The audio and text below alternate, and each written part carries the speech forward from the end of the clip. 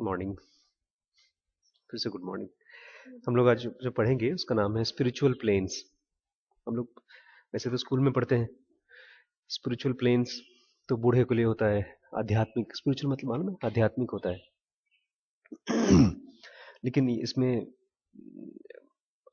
अगर स्पिरिचुअलिज्म के बारे में नहीं पता है हम लोगों को, तो ऐसे ही है जैसे कि हम लोगों को प्लस माइनस नहीं पता या इंग्लिश हिंदी नहीं पता। जिन लोगों को नहीं पता उनको नहीं मालूम है कि उनको क्या दिक्कत हो रही है, लेकिन जिनको पता है उनको मालूम है कितनी बड़ी एडवांटेज है। अगर आपको गणित आती है तो कुछ फर्क पड़ता है लाइफ में, कुछ कितना फर्क पड़ता है? नहीं, अगर मान लो आप एग्जाम नहीं दे रहे हो, क्वेश्चन नहीं दे रहे हो, आप गांव में हो, आपके बच्चे हैं, तो क्या फर्क पड़ता है? आज सुबह सुबह ज्योति ने, हमारे यहाँ बच्ची हो, सब्जी लेकर आई, 145 रुपए की सब्जी लेकर आई, और सब्जी थी 100 रुपए की। तो दीदी ने उसको बोला कि तुमने जोड़ा? तो बोलती दीदी हाँ नहीं ठीक ही जोड़ा था। तब जोड़ा घटाया तो पता चला 145 की सब्जी असल में 100 की थी। ये खाली 45 रुपए की बात नहीं है, बहुत ज्यादा फर्क पड़ जाता है। आपकी पूरी जनरेशन, आपका बच्चा, उस मान लीजिए बिल्कुल घरेलू औरत है आप, लेकिन फिर भी अगर आपको गणित आती है तो आपकी पूरी जनरेशन, आपको मालूम पड़ेगा कि पढ़ाई की वैल्यू क्या है। तो आमतौर पे हाँ।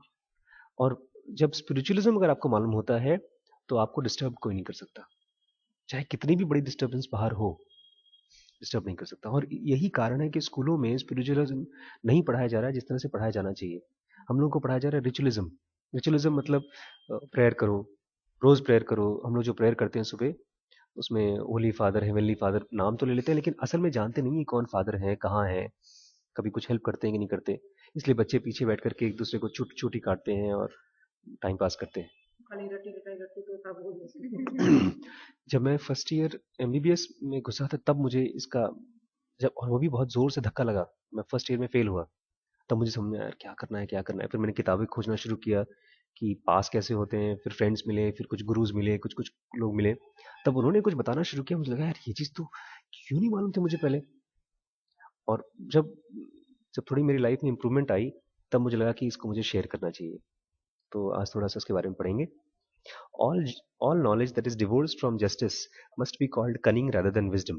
वो सारी नॉलेज जो जस्टिस से डिवोर्स्ड है, डिवोर्स मतलब अलग है, उसको कनिंग कहना चाहिए, ना कि जानकारी। जैसे अ, ये जानकारी हम लोगों को है कि कैसे पैसा बचाया जाए। आप गए, हमारे यहाँ कल एक सज्जन आए, तो नहीं मैडम आई थी, वो हमको जानती हैं, तो सीधे अल्ट्रासाउंड रूम में आ गई। तो बोलती है सर वो एक ऐसे ही दिखाना था, अल्ट्रासाउंड कराना था उनको। तो मैंने इनको कहा अच्छा ठीक है, मैं नहीं था, रिम्पी थी। तो रिम्पी ने कहा ऐसे ही दिखाना था, ठीक है, वो मेरी जान पहचान की है तो उन्होंने कर दिया ऐसे फ्री में। जब वो चली गई तो मुझे बोलती हैं आपकी वो दोस्त आई थी दीदी, और उन्होंने तो ऐसे ही दिखाना था तो कोई पर्चा वर्चा नहीं कटवाया उन्होंने, मैंने ऐसे ही कर दिया। तो मैंने कहा कि आपको करने का मन था डॉक्टर साहब? बोलती है, हमको क्या, आपकी जान पहचान की थी इसलिए हमने कर दिया। मैंने कहा आपको दिक्कत हुई ना, तो आपने उनको 20% डिस्काउंट दे, हम लोग क्या डिस्काउंट देने का पावर पावर है, तो किसी को भी हम 20% डिस्काउंट दे सकते हैं। तो हम लोग खुद का भी अगर जांच कराते हैं तो उसमें हम लोगों को पैसा देना पड़ता है, और उसमें हम डिस्काउंट ले सकते हैं 50% एम्प्लॉयज़ को। लेकिन बाहर का किसी का भी करेंगे तो 20% डिस्काउंट। तो उन्होंने फ्री में करके दे दिया था। तो मैंने कहा अगर आप नहीं करना चाहते थे तो क्यों कर दिया? बोलती उन्होंने आपका रेफरेंस दिया, आपको जानते हैं तो हमने कर दिया। तो ये जो रेफरेंस दिया ये जानकारी है, और इस जानकारी से उन्होंने अपने पैसे तो बचा लिए, लेकिन अब फ्यूचर में उनको हमसे बहुत ज़्यादा हेल्प नहीं मिलेगी, क्योंकि उनकी वजह से हमारी और हमारी वाइफ की बहस हो रही है। तो इस जानकारी को वो भले समझदारी माने, लेकिन ये कनिंगनेस है, ये चालाकी है। हम्म। हाँ, बेवकूफी है, हाँ बेवकूफी है, चला उनके लिए ये बेवकूफी भी है, क्योंकि भाई वो आज 500 रुपये बचा करके कल के लिए खत्म कर रही हैं। अब वो हम दोबारा उनसे बच बच के कट कट के रहेंगे। तो यही कह रहा है कि सारी जानकारी जो जो जस्टिस, जस्टिस क्या होता है? न्याय। लेकिन यहाँ पर ये जो न्याय है ना, ये न्याय वो वाला नहीं है कि जिसने खून किया उसको उसको फांसी होनी चाहिए। हाँ, वो लोगों ने इसी से लिया है, उन्होंने इससे लिया है। जस्टिस मतलब इस दुनिया में, ब्रह्मांड में एक नियम काम करता है। जिसमें कि हर किसी को वो चीज़ मिलता है जो वो उसको डिजर्व करता है। ये जो बच्चा अभी आए थे, दोनों बच्चे, उसका एक भाई आया था, तो वो लड़की जिसके पीछे वो लड़का पड़ा है, बोला था सर सुनने में बहुत बातें आ रही हैं। वो लड़का पीछे पड़ा है उस लड़की के, बोलता है कि मैं उसको प्यार करता हूँ, मेरी जिंदगी है। लेकिन ये लड़की साफ साफ बोल रही है सर मेरा ऐसा कोई मतलब नहीं है। तो ये इनजस्टिस है। मैंने उसको बताया बेटा अगर कोई लड़की आपको नहीं पसंद कर रही है और आप उसके पीछे पड़े हो तो ये तरह की वायलेंस है। फिजिकली इसी को करोगे तो उसको रेप बोलते हैं, लेकिन मेंटली करोगे तो ये वायलेंस है। तो ये इनजस्टिस ज्यादा बड़ा इनजस्टिस है कंपेयर टू जो बाद में, इसी से बाद में आता है। अंजाम जैसे पिक्चरें और डर जैसी पिक्चरें यहीं से बनती हैं, जो सनक बन जाते हैं लोग। तो मैंने इस लड़की को भी समझाया कि आप बिल्कुल भी इंडिकेशन मत दो। उसने कुछ कोई अंगूठी अंगूठी दी थी, इसने पहन ली, फिर बाद में वापस दे दी। फिर जरा सा भी इंडिकेशन मिलता है तो उसको खत्म करना होगा। बोलता है in the life of all persons come eventually that moment when he finds himself standing on the threshold। हम सबकी जिंदगी में एक ऐसा मोमेंट आता है जब हम किसी थ्रेशोल्ड पे खड़े होते हैं। थ्रेशोल्ड मतलब दो दुनिया के बीच में, दो मेंटल स्टेट्स के बीच में। What is this threshold end of what kingdom is this threshold? ये कौन सी थ्रेशोल्ड है और कौन सी किंगडम की थ्रेशोल्ड है? अपनी दुनिया को तो हम जानते हैं, यहाँ पर माँ बाप हैं, प्यार मोहब्बत है, रुपया पैसा है, लेकिन और कौन सी दुनिया है, किसकी बात कर रहे हैं? In the life of such a person comes a moment when, without being told or even without passing through trials and tribulations, the zest of life seems to leave him। वो थ्रेशोल्ड कब पता चलेगा आपको? जब आपको बिना किसी trials tribulations के कोई नॉर्मली हम लोग कब परेशान होते हैं? जब कोई परेशानी आती है, कोई जान पहचान का खत्म हो गया, बीमार हो गया, गरीबी हो गई, जॉब चली गई, तब हम परेशान होते हैं। लेकिन इन सब न कोई परेशानी न होने के बावजूद हमारी लाइफ में से जेस्ट खत्म हो जाता है। जेस्ट मतलब जेस्ट एनर्जी, मन नहीं करता कुछ करने का। इसी को लोग हाँ, और इसको आध्यात्म में बड़ा अच्छा वर्ड दिया है, विराग। राग मतलब आपको पसंद है चीजें, हाँ हाँ, मन नहीं कर रहा है कुछ भी। तो अक्सर वो वैसे लोग बनते हैं सन्यासी, जो लोग विरागी वैरागी हो जाते हैं, इसी से वैरागी बना है word. No longer do the usual pleasures of flesh. हाँ, वैरागी हो गया। जब देवानंद निकल के आया जेल से तब उसको लगा कि the no longer do the usual pleasures of flesh and mind give satisfaction. जो शरीर के, लड़कों को लड़की पसंद नहीं आती, पैसे रुपए पसंद नहीं आते, खाना पसंद नहीं आता, बस कुछ मन नहीं लगता। This is indeed a blessed moment. ये दुखी होने का मोमेंट नहीं है, ये ब्लेस्ड मोमेंट है। And at the same time a terrible one, और दुखदाई मोमेंट भी है। और मेरी लाइफ में भी आया था ऐसा moment. A few persons, due to certain reasons, come to the stage unconsciously without any deliberate thinking about it, while some earn this blessed moment। कुछ लोग तो अनायास ही यहाँ पर पहुंच जाते हैं इस मोमेंट पे, और कुछ लोग उसको कमाते हैं। जो गौतम बुद्ध थे वो अनायास आ गए, लेकिन उन्होंने अपने सन्यासियों को विराग की स्टेट में लाने के लिए मरघट भेजते थे। उनको बोलते थे जाओ वहां 2 दिन 4 दिन 6 दिन महीने महीने भर रहो, उनको देखोगे तो तुम्हारे मन में अपनी बॉडी के लिए एक तरह का विराग आएगा। We call this moment the critical certain stage. इसको हम बोलते हैं CCS या तो क्रिटिकल सर्टेन स्टेज, ये खास स्टेज।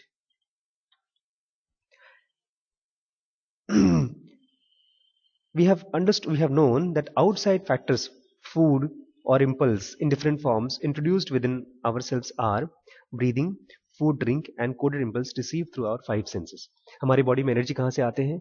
हमारे 5 सेंसेस से, आंख नाक कान से, खाना खाते हैं उससे, जो सांस लेते हैं उससे। इससे हमारी बॉडी में इंपल्स आती है या तो एनर्जी आती है। Test of a person is how these elementary factors are introduced within his system. असली टेस्ट ये है कि इन एलिमेंट्स को जो बाहर से अंदर आते हैं कैसे अंदर ले जाया जाए। कल ज्योति मुझसे पूछती है कि भैया आप क्या क्या क्यों नहीं खाते खाना, सुबह आप नाश्ता करते नहीं है। जब मैं आता हूँ तो सुबह चाय वाय पी लेता हूँ, और फिर मैं यूजुअली घर जाता था नाश्ता करने। मैंने उसको भी अवॉइड कर दिया, क्योंकि मैंने देखा खाना खाने के बाद मुझे नींद सी आती है, और नहीं खाने से भूख नहीं लग रही है। सुबह नहीं खाता मैं। दोपहर को आप खाली एक रोटी, आधी रोटी और थोड़ा सा चावल खाते हैं, और रात को भी एक पराठा 2 पराठा। कल उसे जबरदस्ती एक पराठा डाल दिया, तो मैंने आधा पराठा रिम्पी को दे दिया, पूरा दे दिया, तो रिम्पी ने आधा मुझे खिलाने के बहाने आधा उसने और खाया। तो बोलती है आपको क्यों नहीं खाते? तो तो ये बोल रहा है कि आप आउटसाइड इम्पल्स को अपनी बॉडी में कैसे डालते हैं। ये मैं उपवास नहीं कर रहा हूँ, ये मैं बाहर के इम्पल्स को अपनी बॉडी में रेगुलेशन के साथ डालने की कोशिश कर रहा हूँ। मैं देख रहा हूँ कि ज़्यादा खाना खाने से मुझे नींद आती है, कम खाना खाने से जिसमें मुझे भूख नहीं लगती है वो मेरे पेट में खाना रहे और मैं अपने कॉन्शियसनेस को, अपनी एनर्जी को पढ़ाई में यूज़ कर पा रहा हूँ, काम में यूज़ कर पा रहा हूँ। और मैं देख रहा हूँ सुबह 7 से लेकर रात को 12 बजे तक मैं काम कर पा रहा हूँ इस चीज़ से।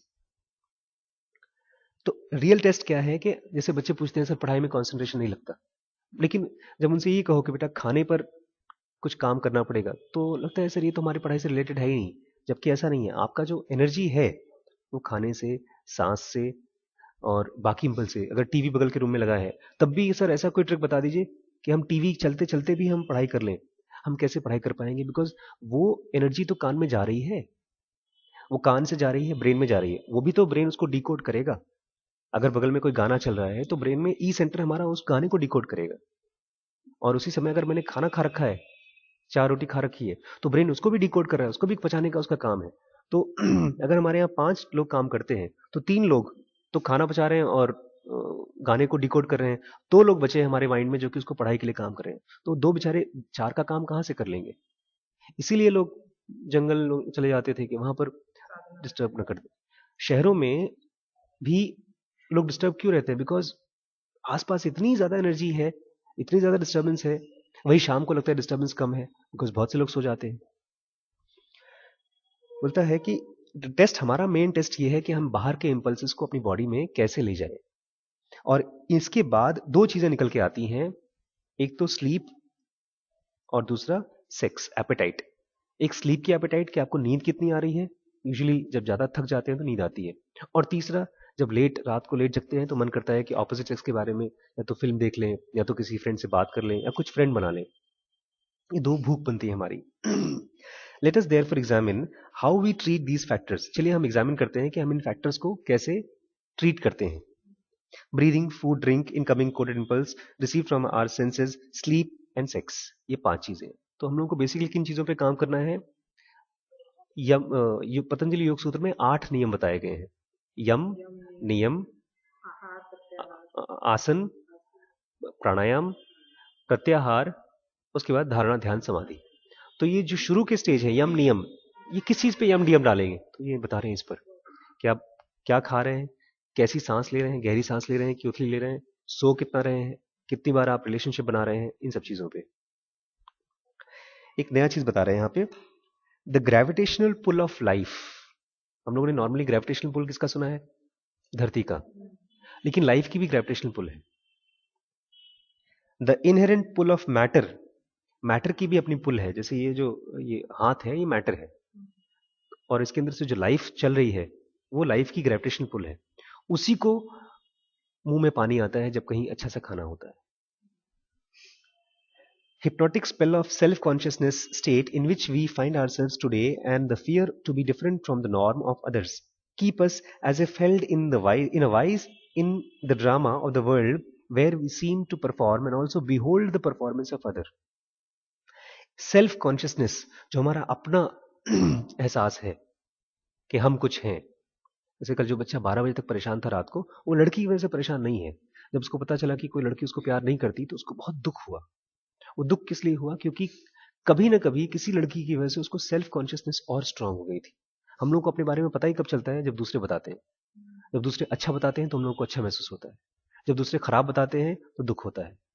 तो ये सेल्फ कॉन्शियसनेस की मजबूती है। तो ये बोल रहा है सेल्फ कॉन्शियसनेस की जो स्पेल है, स्पेल मतलब स्पेल, स्पेलिंग, स्पेल मतलब स्प्रेड नहीं, स्पेल चमत्कार, जादू नहीं, कास्ट करते हैं spell, which is spell cast कर देती हैं आपके ऊपर, काला जादू कर देती हैं, उसको स्पेल बोलते हैं। ये जो हिप्नोटिक स्पेल है, हिप्नोटिक मतलब सम्मोहन, जो हम हमारा सेल्फ कॉन्शियसनेस हमारे ऊपर करता है, वो हमको औरों से अलग होने में डराता है। जैसे आपने कहा इन लोगों की आवाज तो अच्छी होती है, प्यार से तो बात करते ही करते हैं, लेकिन मेरे मन में सवाल आता है कि हम लोग क्यों नहीं करते प्यार से बात किसी से। हम खाली उनसे ही प्यार से बात करते हैं जिनको हम प्यार करते हैं। बाकियों के लिए हम भैया राम राम, फोन ही नहीं उठाना चाहते, या ऐसे ट्रीट करते हैं स्ट्रेंजर्स। और हम खुद भी उसी तरह से परफॉर्म करते हैं जैसे हमारी सेल्फ कॉन्शियसनेस कराती है, और दूसरों की परफॉर्मेंस को भी बिहोल्ड करते हैं कि दूसरे भी जो उस तरह से परफॉर्म कर रहे हैं आम आदमी की तरह, उसको शाबाश बोलेंगे, और जो थोड़ा सा भटक के चलेगा उसको हम मना करते हैं।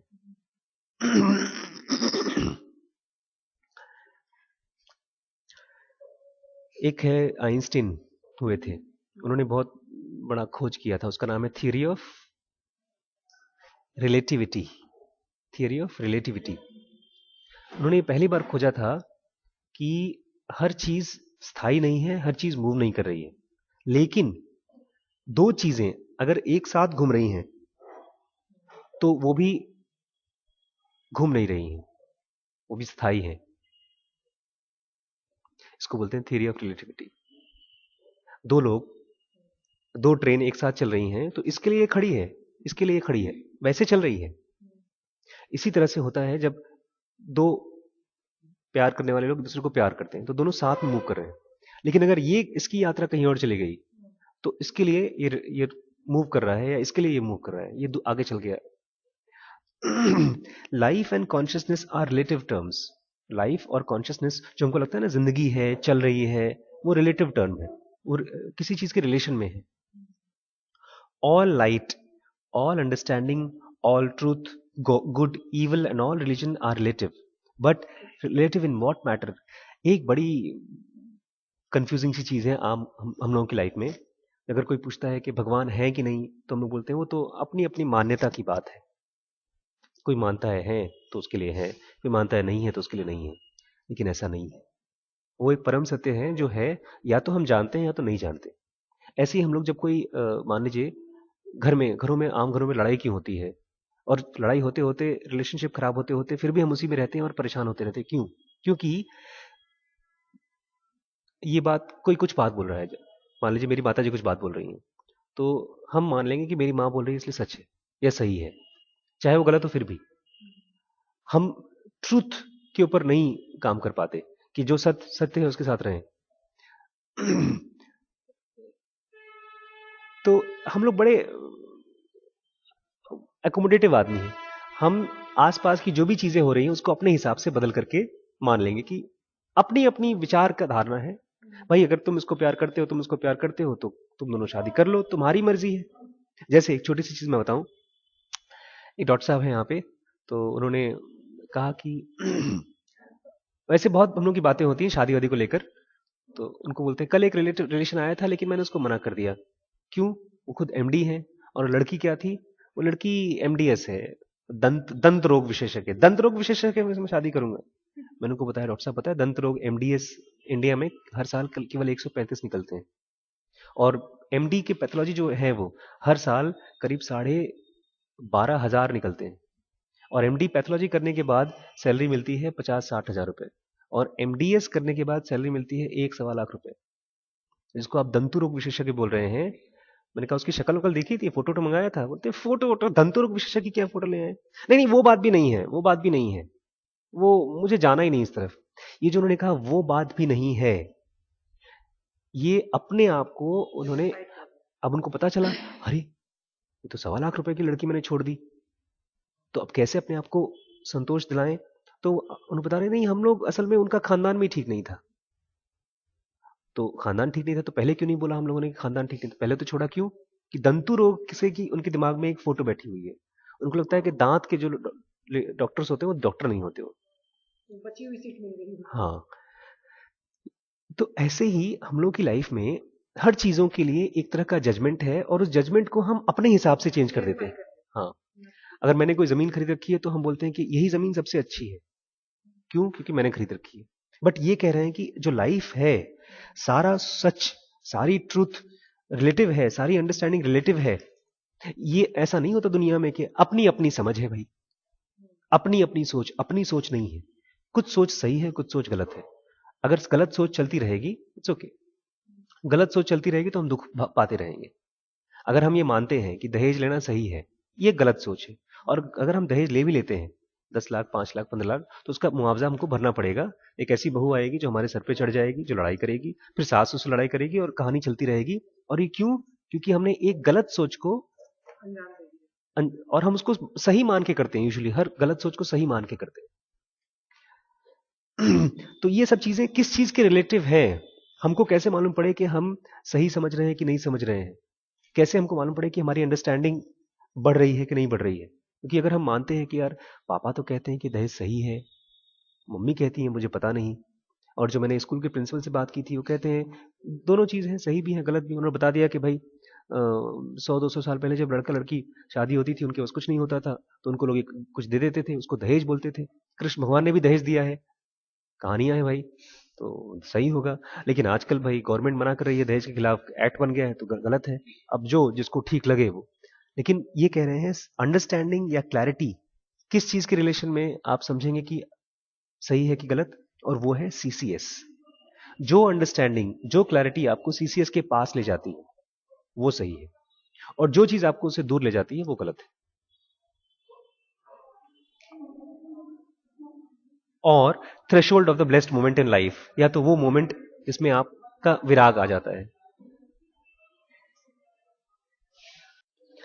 It is never possible by reading और इंटेलेक्चुअल जिम्नास्टिक।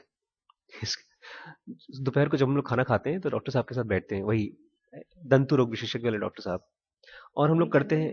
हाँ, और वो उनके साथ जो चीज होती है हम लोगों की, वो इंटेलेक्चुअल जिम्नास्टिक है, थॉट्स की कुदाफादी। वो आएंगे, वो किसी की बुराई करेंगे, तो हम उनकी उनकी बात में बात जब करेंगे तो वो खुश हो जाएंगे, और जब उनसे थोड़ा सा मुझे खींचातानी करनी होती है तब मैं उनको कुछ और टेढ़ी बात कर देता हूँ, तो मौज आता है हम लोगों को। तो बोलता है पढ़ करके, किसी भी चीज को पढ़ के वो चीज नहीं मिलती, सीसीएस नहीं मिलती, इंटेलेक्चुअल जिम्नास्टिक्स से नहीं मिलती, ड्राई फिलॉसफी और मंडेन थियोलॉजी से नहीं मिलती। ड्राई फिलॉसफी क्या है?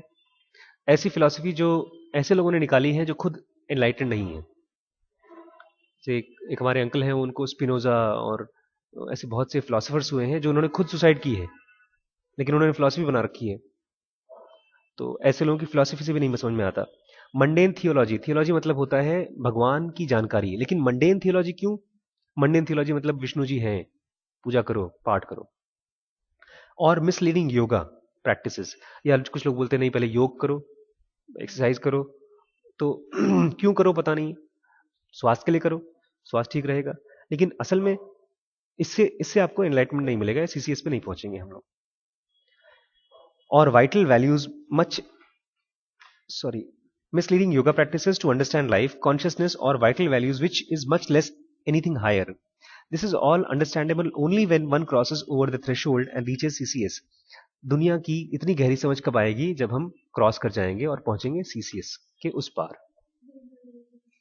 The question is, how should one find whether one has or has not reached CCS? हम कैसे पता चलेगा कि हम CCS तक पहुंचे हैं या नहीं पहुंचे? And what means or methods or disciplines can one reach that CCS? और कैसे पहुंचेंगे वहां CCS तक? We, on our part, will endeavor to guide, but reader should honestly examine and judge himself, and then unfailingly and painstakingly follow day to day the methods and disciplines outlined. हम आपको guide करने की कोशिश करेंगे, हम Endeavour लेंगे, हम मेहनत करेंगे आपको गाइड करने की, लेकिन रीडर को, जो पढ़ रहा है, जो सुन रहा है, उसको अपने आप को ईमानदारी के साथ एग्जामिन करना पड़ेगा और जज करना पड़ेगा, दर्द और तकलीफ सहते सहते रोजमर्रा की प्रैक्टिसेस करने के लिए। अब कभी कभी मुझे अच्छा लगता है कि मैंने एक दिन, मैं गया, अभी तो क्या हुआ, जब से मैंने सुबह नाश्ता बंद किया तो एक दिन रिब्बी को पता नहीं क्या समझ में आया, उसने कॉफी और नाश्ता लेकर आना शुरू कर दिया उसने। तो मैं कभी कभी केला ले जाता था, केला फिर नहीं ले जाता था। अब वो ठूस करके मैं खाता हूँ तो फिर आलस होती है। तो हम लोग की एक बार बहस हो गई कि रुबी, जो तुम बोल रही हो ना, ये दोपहर को तुम नाश्ता लाती हो इसलिए मैं दोपहर को खाना नहीं खा पाता, और वो प्यार के मारे लाती हैं। तो ये कह रहे हैं कि जब मैंने उसको ध्यान से देखने की कोशिश की तो मुझे समझ में आया कि आशीष, खा तो तुम रहे हो, ला वो रही हैं। अगर तुम एक बार ना खाओ, दो बार ना खाओ, तो नहीं लाएंगे अगली बार से, या उनको बता दो ईमानदारी से कि नहीं चाहिए। तो इसमें तकलीफ हुई मुझे कि गलती मेरी थी, लेकिन फिर भी मैं बहस कर रहा हूं